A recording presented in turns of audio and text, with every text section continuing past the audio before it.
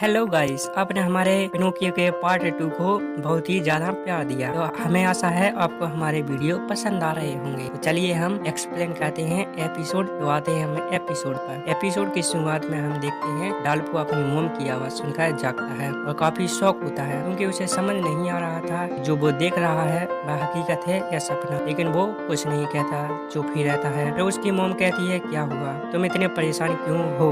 जवाबी डाल्पो कहता है, मैंने बहुत डरावना सपना देखा है। और उसका भाई जिम्यूंग दूसरे रूम में कपड़े चेंज कर रहा था। वो कहता है, ये तो पागल है, इसे सपने में कुछ न कुछ रहता है, लेकिन हमें जिम्यूंग की शक्ल नहीं दिखती। तभी थोड़ी देर बाद डाल्पो नोटिस करता है कि इना भी वहाँ पर मौजूद है। यह देखकर वह काफी घबरा जाता है। पर जिम्यूंग से पूछता है, जिम्यूंग क्या तुम इसे पहचानते हो? जिम्यूंग कहता है, हाँ, ये हमारी प्यारी वांजी है। इस पर ना बहुत खुश होती है। लेकिन डाल्पो समझ जाता है यह एक सपना है। लेकिन जब डाल्पो डाइनिंग टेबल पर बैठता है तो वह डाइनिंग टेबल के कपड़े को महसूस कर पा रहा था, जो कि थोड़ा रफ था। इससे डाल्पो समझ जाता है कि यह सपना नहीं, क्योंकि सपने हम किसी भी चीजों को फील नहीं कर पाते हैं। ये देखकर डाल्पो काफी खुश होता है, क्योंकि उसे उसके मॉम डैड सब मिल गए थे।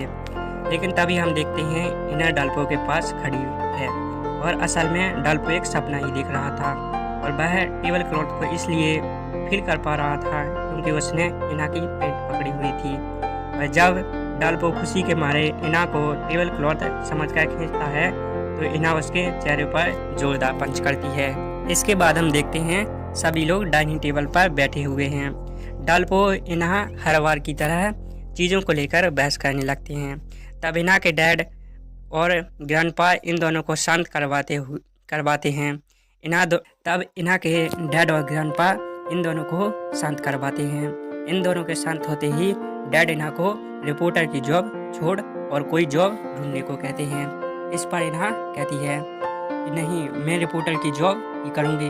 और कहती है, कुछ दिनों बाद मेरा एक इंटरव्यू है जिसमें मैं सिलेक्ट हो सकती हूँ, क्योंकि केवल 10 ही लोगों को चुना गया है, जिनमें से केवल 2 ही लोग फेल होंगे, इसलिए मेरे सिलेक्ट होने के चांस ज़्यादा हैं। नेक्स्ट सीन में हम एयरपोर्ट पर ली और बांग को देखते हैं, जो इना की मॉम चाउके के साथ काम करते हैं।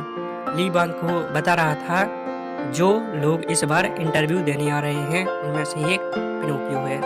ये सुनकर बांग काफ़ी ज़्यादा शॉक होता है और बोलता है, वो या तो कमाल की रिपोर्टर होगी या उसकी पहचान बहुत ज़्यादा होगी। अभी ली उसे बताता है, मैंने सुना है वह सोंग चाउके की बेटी है। ये सुनकर बांग और भी ज़्यादा शॉक होता है, क्योंकि उसे लगता था कि चाउके अभी सिंगल है। अब ली चाउके की बहुत ज़्यादा बुराई करने लगता है, लेकिन चाउके जैसे ही उसके सामने आती है वह उसकी तारीफों के झूठे फूल बांधने लगता है।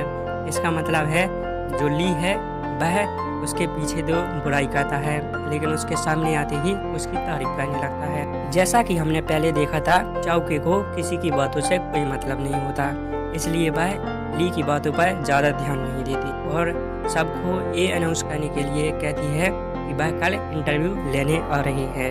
दूसरी ओर सीन शिफ्ट होकर घर पर जाता है, जहाँ पर डाल्पो ग्रैंडपा के साथ होता है। ग्रैंडपा उसे एक लड़की की तस्वीर दिखाते कहते हैं कि तुम्हें कोई लड़की पटा लेनी चाहिए।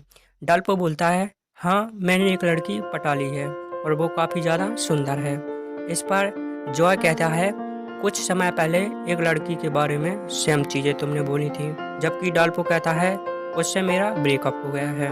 ये सुन जॉय काफ़ी ज़्यादा शौक होता है, क्योंकि उसे लगता है डाल्पो तो लड़कियां पटाने में काफ़ी ज़्यादा माहिर है। तभी इना वहाँ आकर बोलती है, मुझे तो लगता है कोई भी लड़की इनके साथ ज़्यादा टाइम तक नहीं टिक पाएगी, क्योंकि इनका लुक काफ़ी ज़्यादा बोरिंग है। यह भी डाल्पो कहता है, अगर ऐसा है तो कोई बात नहीं, मुझे तो यही लुक पसंद है। लेकिन उसके बोलने के तरीके से हम समझ जाते हैं कि डाल्पो झूठ बोल रहा है और वह खुद को चेंज करना चाहता है।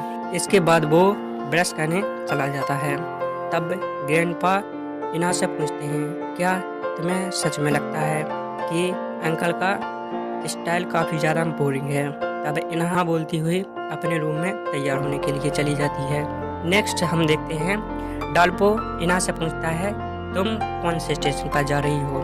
इस पर इना बताती है, मैं MSC पर जा रही हूँ। जहाँ मेरी मॉम काम करती है और मैंने उन्हें टैग भी कर दिया है, लेकिन उनका कोई भी रिप्लाई नहीं आया। ये सुनकर डाल्पो काफ़ी ज़्यादा उदास हो जाता है और हम जानते हैं कि डाल्पो की उदासी का कारण क्या है। वह दरअसल इना की मॉम से नफरत करता है और इना सोंग चाउके की बेटी है, इसलिए वह इना को भी थोड़ा कम पसंद करता है। और जब इना तैयार हो जाती है तो डाल्पो उसे अपने साथ बाहर ले जाता है। पहली बार इना को स्टेशन जाने से मना करता है और उसे समझाता है तुम्हारी मॉम सच में बहुत बुरी हैं। इस पर इना उसे कहती है तुम ऐसा कैसे बोल सकते हो, क्या तुम उनसे मिले हो? क्योंकि डाल्पो उसे सच नहीं बताना चाहता है तो वो ये बोलता है तुम्हें क्या लगता है तुम्हारी मॉम 10 सालों में इतनी बिजी थी कि उन्होंने तुम्हें कभी मैसेज नहीं किया, ना ही तुमसे मिलने की कोशिश की, और क्या पता वह नंबर किसी और का हो, ना कि तुम्हारी मॉम का। ये सुनकर इना को काफ़ी ज़्यादा बुरा लगता है और उसे गुस्सा भी आता है। मैं गुस्सा में वह वहाँ से निकल जाती है। देखते हैं वो जो नोटिस करता है डाल्पो अपना वॉलेट घर पर ही भूल गया था और जैसे ही वह वॉलेट खोलकर देखता है तो इना की फोटो होती है, जिसे देखकर वह काफ़ी ज़्यादा शॉक होता है। और जब वह डाल्पो को देखने के लिए बाहर जाता है तो देखता है डाल्पो सिर्फ इना को ही देख रहा है। ये देखकर वह बहुत ही परेशान होने लगता है। वहीं डाल्पो अपनी टैक्सी लेकर इना के पास जाता है और सॉरी बोलते हुए कहता है मैं तुमसे पैसे नहीं लूंगा, क्या तुम मेरे साथ चलोगे? जिस पर इना खुश हो जाती है। टैक्सी में बैठकर डाल्पो के साथ जाने लगते हैं। अब हम डाल्पो से बताता है क्या तुम मेरा एक सपना खरीदोगी जो तुम्हारे लिए गुड लक हो सकता है, क्योंकि मैंने अपने सपने में उन लोगों को देखा जिनसे मैं मिलना चाह रहा था। ये सुनकर इना काफ़ी शौक होती है और डाल्पो को $5 देती हुई उससे कुछ सामान देने को कहती है, जिस पर डाल्पो अपनी शर्ट का एक बटन उसे सपने के तौर पर दे देता है, जिसे इना गुड लक मानकर गले में पहन लेती है। फिर जब वह सपने के बारे में पूछती है तो डाल्पो कुछ नहीं बताता। आगे हम ली और बांग को झूठी रिपोर्ट के बारे में बात करते थे सोंग चाउ ने दी थी। दूसरी तरफ हम देखते हैं इना एक सैलून में आई हुई होती है। वो दरअसल सैलून में इसलिए आई ताकि अपनी मॉम की तरह हेयर स्टाइल करवा सके। तभी इना को अपनी मॉम का रिप्लाई आता है, जिसे देखकर बाज काफ़ी ज़्यादा खुश होती है, क्योंकि सालों में पहली बार उसकी मॉम ने उसे रिप्लाई दिया था। ये बात इना तुरंत डाल्पो को कॉल करके बताती है। अगले सीन में हम देखते हैं डाल्पो पैसेंजर को किसी लोकेशन पर छोड़ता है। तभी उसे वहाँ पर एक अंकल जी दिखते हैं जो काफ़ी परेशान लग रहे थे, जिससे एक ट्रक को टक्कर लग गई थी और वो डर रहे थे कि ट्रक का मालिक उससे कुछ ना कहे। तब डाल्पो कहता है आप चले जाइए, मैं ट्रक के मालिक से बात कर लेता हूँ। सुनकर अंकल जी काफ़ी ज़्यादा खुश होते हैं और डाल्पो का शुक्रिया कर वहाँ से चले जाते हैं। अब जब काफ़ी टाइम बीत जाता है तो डाल्पो गाड़ी पर एक नोटिस छोड़ता है। इस पर डाल्पो का नंबर और गाड़ी के नुकसान के बारे में लिखा होता है। अब डाल्पो के जाते ही वहाँ ट्रक का मालिक आ जाता है, जो कोई और नहीं बल्कि जेम्यूंग होता है। पर उन दोनों में से एक दूसरे को कोई नहीं देख पाता। फिर जेम्यूंग सबसे पहले अपना ट्रक चेक करता है कि मैं देखता हूँ कि नुकसान कितना हुआ है, और उसे लगता है कि नुकसान ज़्यादा नहीं होगा, इसलिए मुझे पैसे नहीं लेने चाहिए। फिर हम जॉ को देखते हैं जो डाल्पो को पास बुलाकर उसका वॉलेट देता है और उससे इना की फोटो के बारे में पूछता है।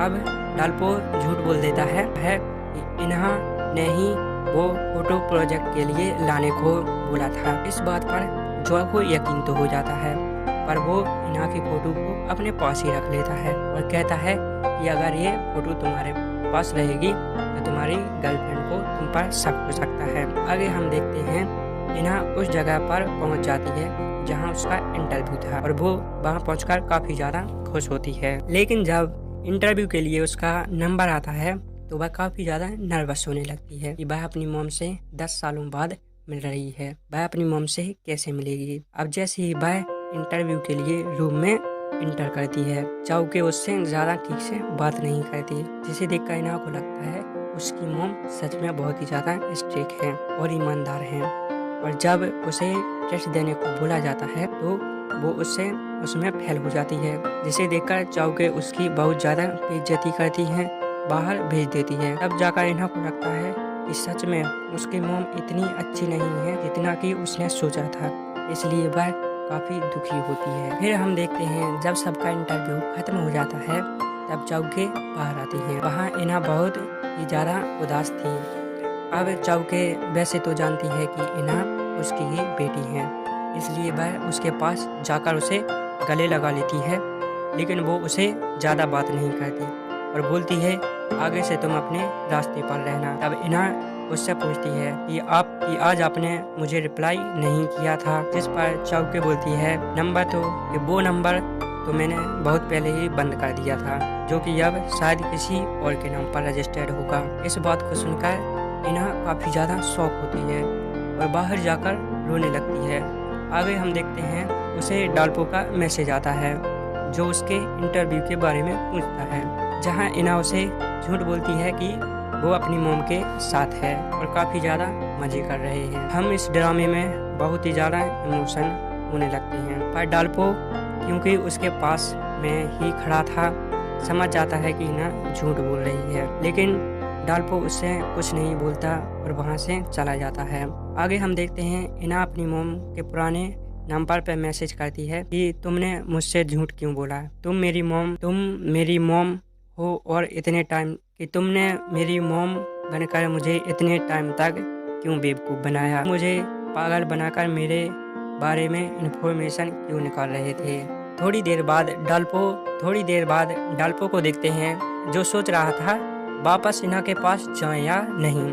तभी थोड़ी देर बाद सोंग चाउके उसकी टैक्सी में आकर बैठ जाती हैं, जिसे देखकर डाल्पो घबराते हुए बोलता है मेरी एक दोस्त MSc में इंटरव्यू देने गई थी जिसका नाम इना है, क्या वो पास हुई, जिस पर चाउके मना कर देती है और बोलती है कि तुम्हारी दोस्त पास नहीं हुई, क्योंकि इस पर डाल्पो फेल होने की वजह पूछता है। तो चाउके बोलती हैं तुम्हारी दोस्त को पिनोकियो सिंड्रोम है और जिन्हें पिनोकियो होता है वे कभी रिपोर्टर नहीं बन सकते। इस पर डाल्पो को गुस्सा आ जाता है और पूछता है वो तो आपकी बेटी है, फिर आप उनके साथ ऐसा क्यों कर रही हो। तब चाउ उससे गाड़ी रोकने को बोलती है और पूछती है कि तुम कौन हो। इसलिए डाल्पो गाड़ी से उतार कर बताता है तुम्हारे एक्स ससुर ने मुझे गोद लिया था और मैं इना का अंकल हूँ, तो मुझे जानने का पूरा हक है कि तुम इना के साथ ऐसा क्यों कर रही हो। इस पर चाउ उससे बोलती है कि तुम सबसे मुझे कोई लेना देना नहीं है, इसलिए यहाँ से चले जाओ। और रही बात इना की, तो मैं उसे पसंद नहीं करती हूँ और साथ ही वो कभी रिपोर्टर नहीं बन सकती। ये सुनकर डाल्पो उससे बोलता है कि देख लेना मैं तुम्हारी गलत फहमी को दूर कर दूंगा और तुम जैसे लोगों को सच बताना चाहिए, ना कि झूठ। इतना बोलकर डाल्पो वहाँ से चला जाता है। इसके साथ ही पिनोकियो का एपिसोड समाप्त होता है। आशा है आपको हमारा यह वीडियो पसंद आ रहा होगा और हमारी एक्सप्लेनेशन के बारे में हमें कमेंट में ज़रूर बताइए, हम अपनी एक्सप्लेनेशन में कितना इम्प्रूव करें और आपको आपकी पसंद के हिसाब से आपको प्रस्तुत करें। तो मिलते हैं अगले एपिसोड में, तब तक के लिए गुड बाय।